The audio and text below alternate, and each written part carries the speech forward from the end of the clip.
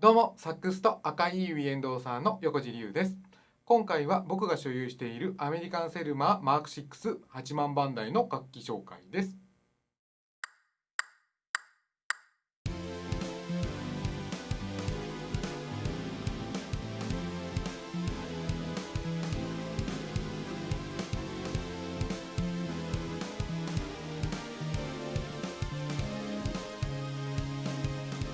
この楽器はブランドン・フィールズが所有していた楽器で、僕はこの楽器から効率の良いサックスの吹き方を教えてもらいました。今回も個人的な備忘録な要素があり、少しマニアックな視点が多いですが、僕のセッティングを含め細かく見ていきたいと思います。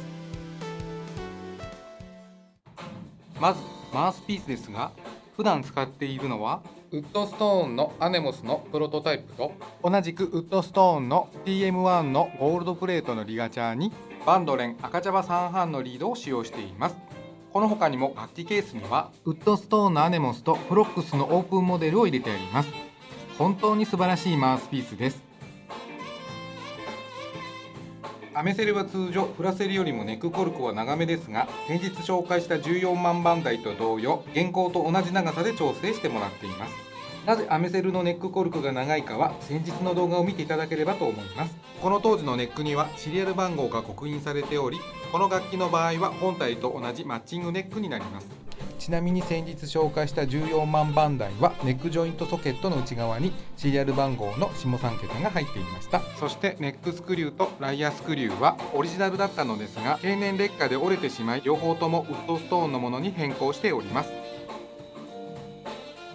ネックジョイントは先日の14万番台と同様、両白陽銀製でハイ E キー G キーのシャフトも両白陽銀製になっています。バネ掛け位置の修正跡も確認できます。テナーの場合、フロント F キーは後期でもそれほど変化がなかったと思いますが、この当時のディス B キーはデザイン重視の形状になっており、A キー G キーには装飾があるデザインで、古い楽器はこうした装飾が多々あり、見ていても楽しめる楽器になっています。G シャープキーのステイは前期なので下側を通りますが、なぜかテナーの場合フラセルは前期後期で形状が違いますが、アメセルの場合後期でも前期と同じだったように思います。その辺ご存知の方がいらっしゃいましたらコメント欄の方にお願いいたします。サムレストは前のオーナーがウッドストーンのノンラッカーのものに変更していました。ここの部分にマーク6の刻印が入っています。例の R マークも確認ができます。後期と違いサイドキーはピロボールではありません。はい、ここからは過去にアメセルやマーク6のことで質問を受けたことを軽くまとめてみました。僕が感じたことを僕なりの解釈で回答していきたいと思います。個人的な感想で言いますと、アメセルが場の雰囲気に溶け込める音色で、ブラセルが一音一音しっかりとしたサウンドになっているように思います。アメセルは生ピアノやシンバルの音にスッと溶け込むといった感じでしょうか。ラッカー塗装がアメセルが自然乾燥で、ブラセルが一般的な焼き付け塗装になっていることがサウンドの違いが出る主な要因だと思いますが、お互いラッカーが落ちた状態でもこの傾向があるので、アメセル独自のチューニングも影響しており、トータルで出来上がったサウンドなのだと思います。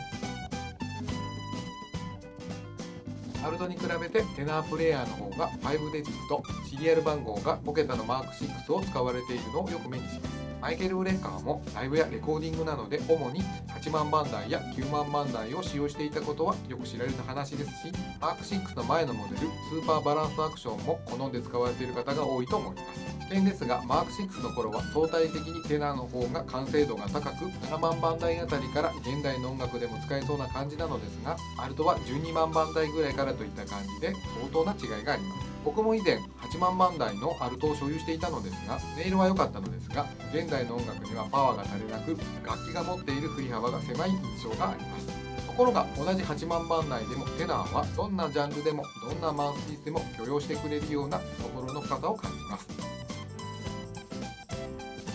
僕が使っているマウスピースですとそこまで入れ込む必要がないため、原稿の長さでも問題はありません。ネックコルクは接着剤でついているのですが、余分な部分は楽器の振動を止めていることになります。口元に近いところに抵抗物があるということは楽器の響き方にも影響があるので、僕は現行サイズにしてもらっています。ネックコルクはよく分かっている方に巻いていただくのと、そうでない方が巻くのとでは吹奏感が全く変わります。普段はあまり意識することはないと思いますが、実は繊細な部分で僕の楽器のネックコルクを巻いていただく方は僕の好みをよく理解してくださっている特定の方にお願いをしております。今回の質問コーナーはここまで。疑問に思ったことがあればコメント欄にお願いします。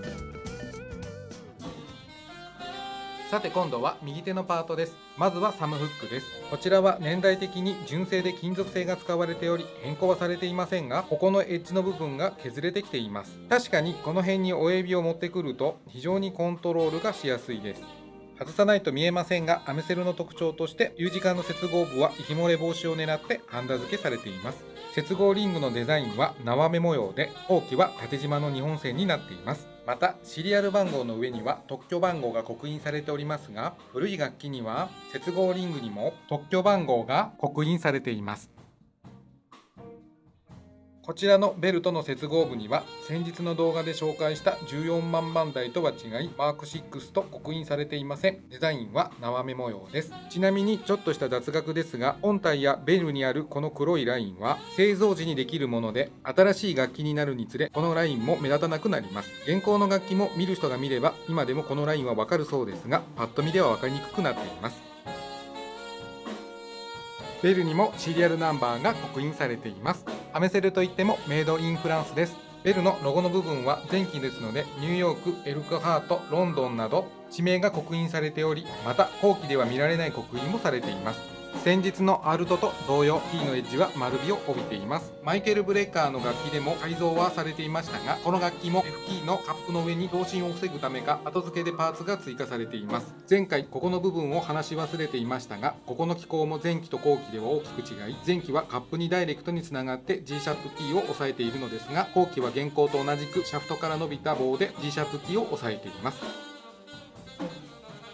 この楽器はところどころウッドストーンのパーツを使用しており、非常にバランスが良くなっています。また信頼を受けるリペアマンさんと綿密に相談してセッティングを出しているのですが、僕の場合この楽器は全体的にチューニングが高くなりやすくなるため、キーのオープニングを定値ギリギリか若干低めにセッティングをしています。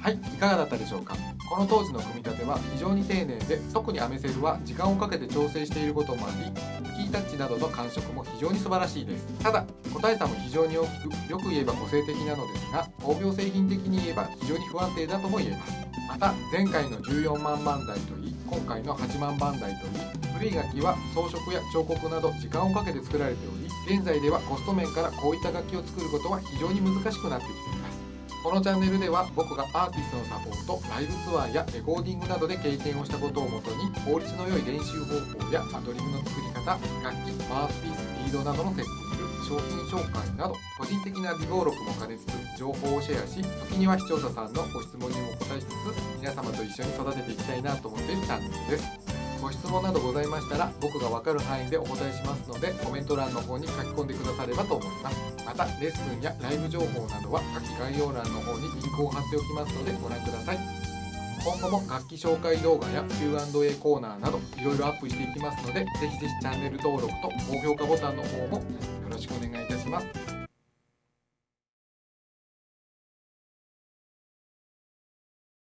Hi, Brandon. Do you remember? Far back in the past, you performed as Dave Weckl unit in the Blue Note Osaka in May 1998. It was just a week before I got this tenor sax. So I came to see you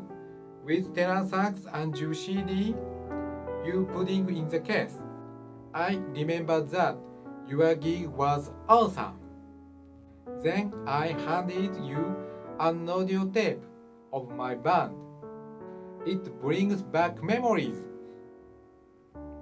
You gave me your autographs with messages. Enjoy the phone on the case. And you wrote, I enjoyed this phone to run a lot, even now. We are faced with the hard time under the COVID-19. But if we get the chance. I hope to see you again. Anyway, thank you for the time. Bye.